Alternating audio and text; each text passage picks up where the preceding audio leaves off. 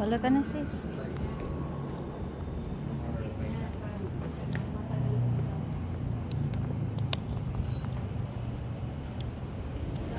Maganda rin siya, oh.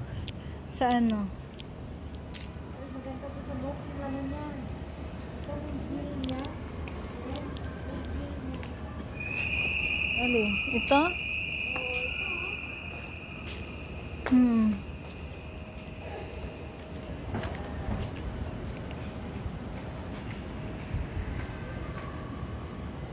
Quirino West.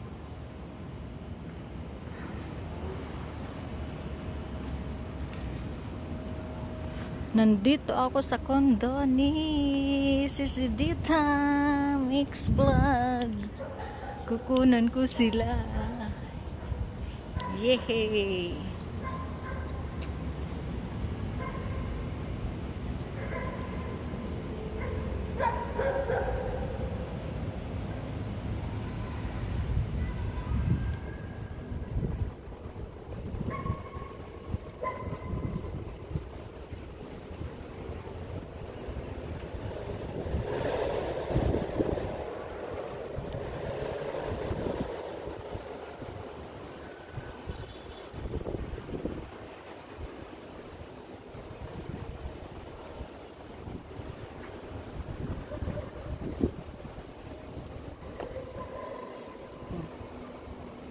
Wow!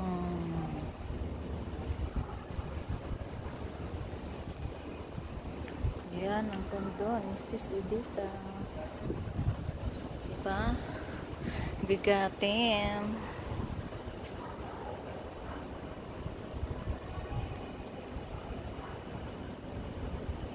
Ganda. Ayan. Nasa 5th floor siya.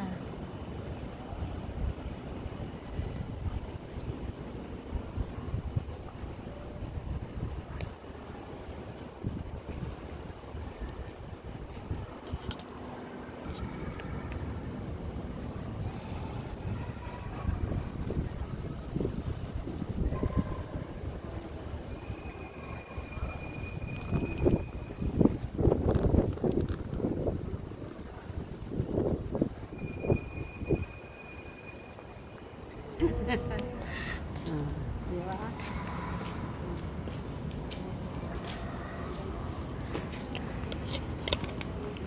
Ang ganda rin ang view dito eh.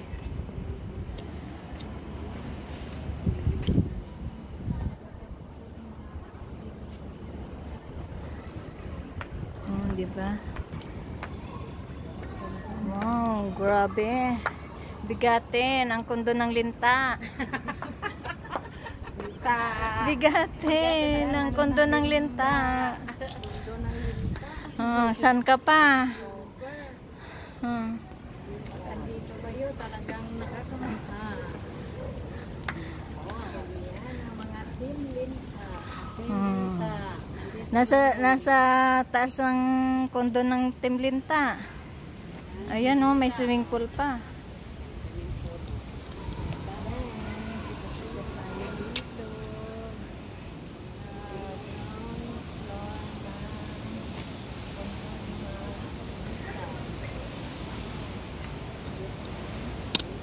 Mga bata. Saan? Ayun oh, mga playground sa mga bata. Huwag ka magkuha sa mga bata na walang kasamang nanay. Bawal yun. Lalo pag nakahubad. Tingnan mo mga bata.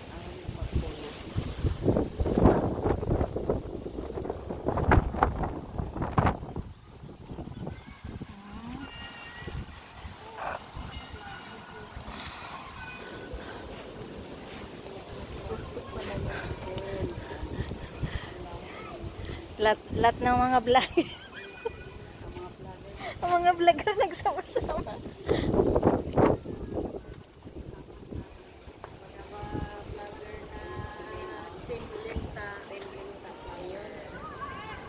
Ang ganda dito, sis. Ganda ng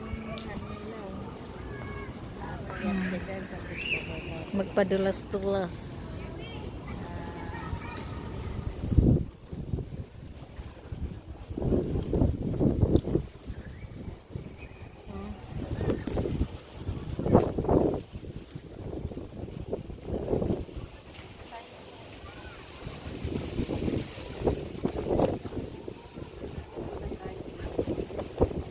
5 minutes and ano na. At tingnan mo si Prince, oh. Papapugi. Nagpapapugi si Prince, oh. Iwasan mo yung may mga bata. Ayan, kinukuha ko yung building ng condo ni Miss Edita.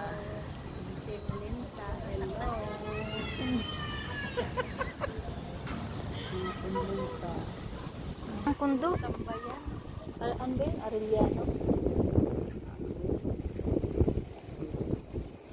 Nakuha ko dito. Ano ko na? Hindi ko lang natandaan yung sarap. Sarap naman pag ganito. Hindi natangkay-tangkayan. Sarap mo. Bakit hindi nila alam? Hindi mo lang sila mapansin. Tapos, halimbawa hindi mo matuunan sila ng pansin, sisiraan ka na. Sinasabi nga, nakailang abroad daw ako, wala man daw akong naipundar. Alam nga naman na, ito ipangalandakan ko, ito yung nag-ano ko. Hindi, parang nagmamalaki na ako niyan, di ba? Buti yung tahimik ka lang. Sabi ko, ang importante sa akin, kaya ako nag-abroad, mapaaral ko yung anak ko. Sa bahay naman kako, mayroon naman akong bahay sa probinsya, kahit nangungupahan kami dito sa Manila. Kasi uwi naman, pag ang sabi ng mga anak ko, pag tapos na kami pwede na kayong umuwi ni Papa, kami na lang magtatrabaho, kayo na lang dun sa probinsya. Alam mo, nakatira sa bahay ko, ano, pamangkin ng asawa ko. Oo, libre. Doon napatira namin sila dun sa bahay, basta kako wag pabayaan yung Mayroon sa YouTube eh. Ano niya sa YouTube niya yan? wag ka kung pabayaan yung tubig tsaka kuryente, bayaran. Kasi kako sa bahay, libre na kayo. Kumbagang iisipin na lang nilang bayarin. Kasi bago kami umalis, bayad lahat eh. Walang problema sa kuryente tsaka tubig. O, ang bahay kako, libre na sa inyo. Pero kako, dapat panatiliin, malinis. Ayoko kako ng yung burara ah. Yung gamit namin ng electric fan, pwede kayong magamit.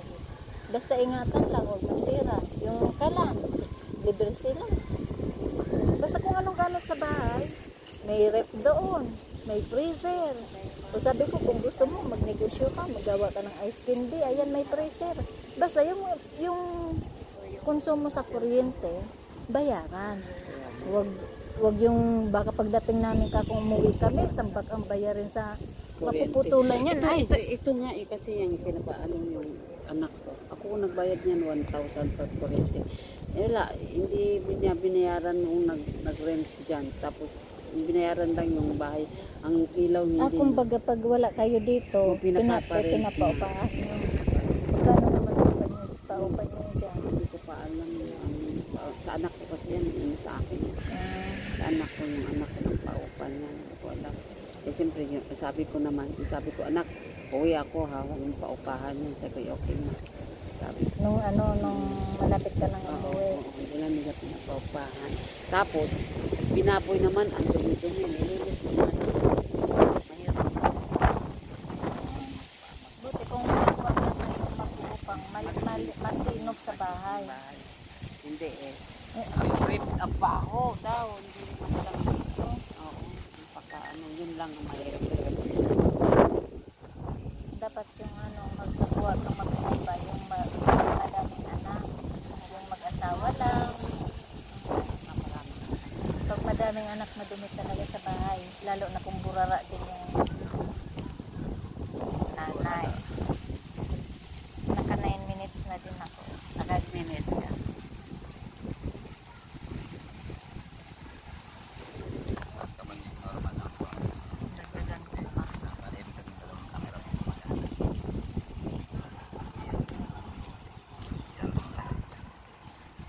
Lang lahat. Saka may kita nyo naman po yung kawalan. Gawin kong 10 minutes. Hindi ko maganda, no? Malabo. Ayan. O, basta Paano mo palinawin yan?